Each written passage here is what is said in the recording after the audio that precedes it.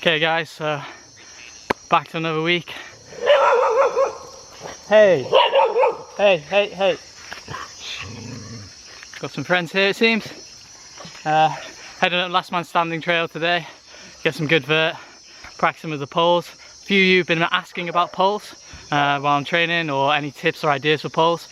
But yeah, a lot of dogs around here right now. They're all pretty friendly. Hey guys, I haven't got anything. Okay? No. So what I was saying guys, I'm going to film some different positions, some different techniques with the poles, and then I can talk to you guys after that and hopefully give you guys some ideas about how to implement poles into your training if you're training for a longer ultra or a steep ultra or a mountain race and maybe you haven't used poles before. I'm not saying that I'm a professional with the poles.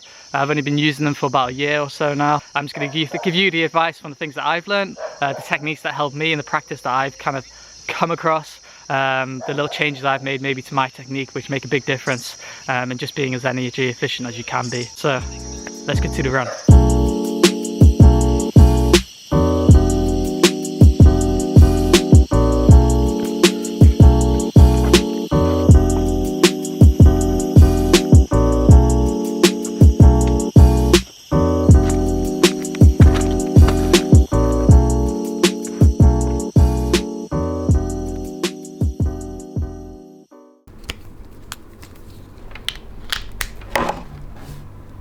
So just got back from the run. It was a good run in the end, really happy with how it all felt. So the run itself ended up being 25k, nearly 26 there, with a decent overall average pace and a good kind of 1200 meters or so of climbing. So really enjoy it. You get a good little nice run out towards the trail, a bit flat to get the legs ready for some climbing when you get there. So it's a good one. It's a good climb, it's good fun, great one for practicing with poles. So I'm going to talk now a little bit about the shots that I took on the trail. So there's a few different techniques when it comes to the trail. So I'm going to talk about some of the techniques that I used that I found really useful. And in each one of these kind of video sequences of me coming up the trail, I'll be using a slightly different technique. As you can see, I'm on a pretty steep, technical-ish part of trail.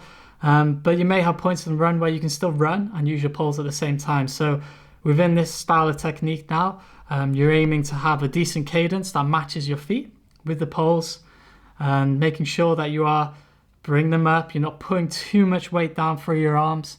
You're trying to make sure that you're putting some energy through there, treating your poles as almost another pair of legs. You're trying to match down that force that you're putting down through your right leg to drive yourself up the trail with your right arm as well at the same time.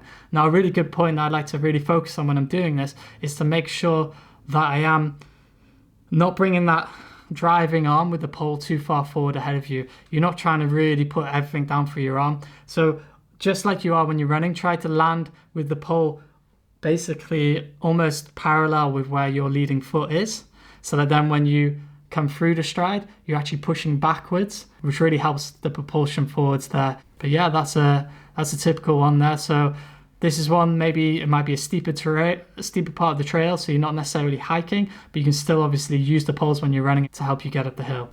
Okay, so into this next style of the technique now, you can see that both arms are going at the same time, bringing them both together, pushing off at the same time. So again, keeping the same idea in mind that you're not trying to drive the arms too far ahead of you. You know, you're not trying to put everything through the arms, but driving it so it comes level with the falling leg, you know, the leg that's the lead leg at the time, and then you're pushing backwards to propel yourself forwards. Now, it's important to remember that with poles, one of the major advantages is that you can keep your posture nice and straight. So you're not leaning down or bending over into the hill, pushing off the knees like you would if you didn't have poles. You're aiming really to keep that posture nice and straight, which can help to increase the uptake of oxygen, the uptake of air into your lungs.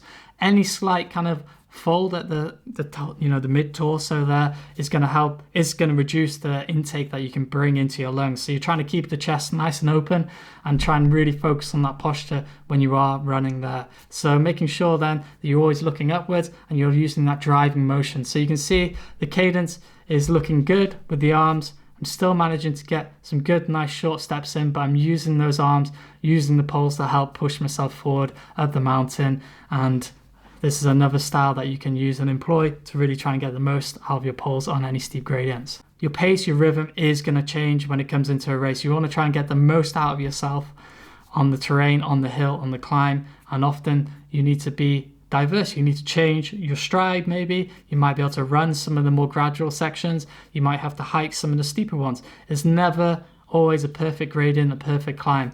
So you need to be diverse, you need to be open, you need to practice all of these little different techniques at different times, at different moments on the trail.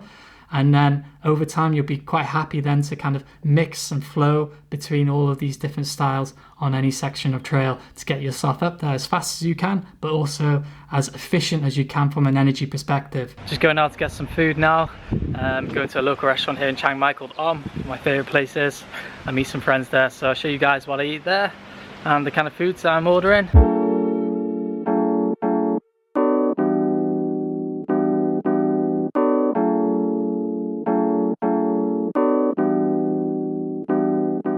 So it's Monday now. Just want to talk you through training last week. It was a good week. It was definitely a week I've been wanting to have for a few weeks now. Having that time off last weekend wasn't ideal at the time, but it made me come into this week that's just gone feeling really refreshed and really good, and it ended up being a great week overall. 16 hours of total running time, 155 kilometers, so nearly 160. I'm a few weeks out from Eiger now, so this was a perfect training week that I was after at this point in the plan, and I'm really happy with it, with 7,000 meters of climbing as well. Can't complain there. So starting out the week, just took it really easy. The average pace there is about 4:30, so that's typically just my really easy aerobic pace. Took the run pretty slow at the start and just let the body just feel it out, and felt really good by the end of it. So coming into Tuesday, felt a bit more confident into the training then. So it was good to get on the trails again and get back into that flow. Heading into Wednesday, did a double run day. So Wednesday I really wanted just to push the pace out again, see how the body would respond to something a bit of a higher effort. Didn't really want to take things too far with that. Again, just making sure that the body and the leg are all feeling completely good and completely happy. So I did a bit of a decent flat tempo straight out the blocks, did a bit of a kind of dynamic stretching and stuff before I got going out the door, a bit of a walk as well, but then hit up a tempo progression kind of straight away really within those first few kilometers. So the first 5k of this run, you can see there's some good pace around the university, some tight turns there as well. So it's good to feel the legs and the spring where I wanted it to be, and then before heading up Pilgrim's Trail. So straight up the mountain again there to get that elevation in. It's really important to get the elevation back in the legs, obviously going for Eiger. So had a good tempo session there, really quick little tempo block, less than 20 minutes before heading up to the trail. And moving up the trail, managed to move pretty well, felt really good and really confident in the body, which is exactly what I wanted to do. So that was a good positive run on the trails, really a good indicator to me that the body is back into good flow. So then I took it out in the evening just for that easy little lap up the mountain. So I was really happy to get up there in the evening and just to get the elevation for the day up to 1,400 meters or so. So that was a really good positive step forward. Into Thursday, it was time to get some good flow going. So I got onto last man standing. So that was actually the run that I showed you guys earlier in the video when I'm with the poles. So that was fantastic to get back onto that trail, get some good elevation in there. Into Friday, the legs were feeling good, so made sure I got in that flat route that I always like to do to get some good steady tempo work in there, get some good leg turnover, and this week the legs felt exactly how I wanted them to. So it was a good 21k, so half marathon there, just under an hour and 20 minutes for the whole effort, average pace of 346 per kilometer, which is really nice. It was really good to have that kind of good, steady overall effort, but it was actually a very nice progression. I'm really happy with that. Starting off in the kind of mid-4s there, and then worked it down quite nicely throughout the run, with some good kind of some 328 per Ks, 325 down here, but it felt really good, and you can see just that gradual progression in the pace. I found these sessions the most beneficial for myself, training for the ultra stuff. Obviously your overall speed, your overall pace doesn't have to be on your absolute maximum, but you do need to have some good leg turnover and have that ability just to sustain yourself over a long period of time. And when it comes to working on your lactate threshold, those kind of tempo sessions, I really Really enjoy doing them as a progression, and especially out here as well, when you're in Thailand, you're in the heat, the humidity, so that's also an extra stress on the body, which I really like to kind of play with and manipulate, so that then on the way back, when I'm hoping to really push my pace out just a little bit better, I've got that kind of stress to deal with, which is another challenge for the body then to overcome, and obviously helps mentally to take things to that next level when it comes to racing. So it is important. Obviously elevation is a big part of my training right now, but you can't neglect the faster sessions and more runnable stuff. And in Chiang Mai, a lot of the trails aren't incredibly runnable. So going into Saturday, I was feeling really good and really strong. Really happy with a good, strong week behind me already. And the goal was just to get some good elevation into the legs, get some good time on the trail. So nearly 31k there, heading up Caffeine Trail, which is a great trail again here in Chiang Mai, straight up the mountain before heading down and doing another lap up it again. Really great to work on the poles. Feel like the technique is feeling really good and natural again. Feel like the strength is definitely building in the arms and the body, the core.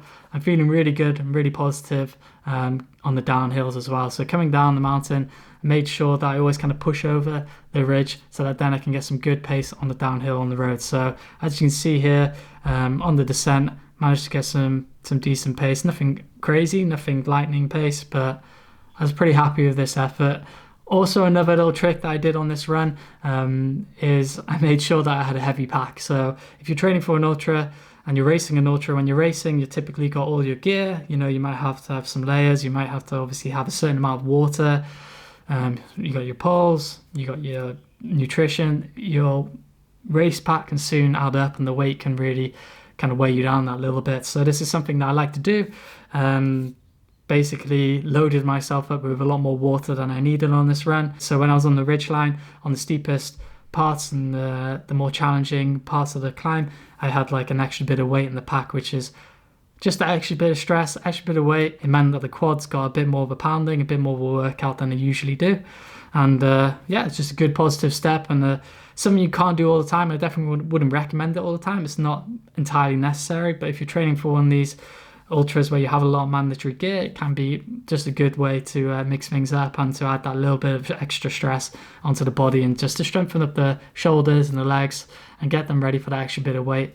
You know, if you imagine you're doing all your training with a really light pack and then suddenly you get to a race and you've got maybe 2 extra kilograms on your body that you've got to take up these mountains, it feels a lot more difficult. So it is important to make sure that you're thinking about that extra bit of weight that you're going to have to carry in the race and prepare for that in the last few long runs leading up to your goal race. So with 2 weeks to go, I'm feeling really confident for Eiger. I'm really looking forward to it. Hope you guys are enjoying these training series. Please leave your comments down below. If there's anything that you would like me to cover in these next few weeks leading up to the race, then please let me know. If you like this video, give it a thumbs up. Please hit that subscribe button if you're not subscribed already. Thanks for watching, guys, and happy running.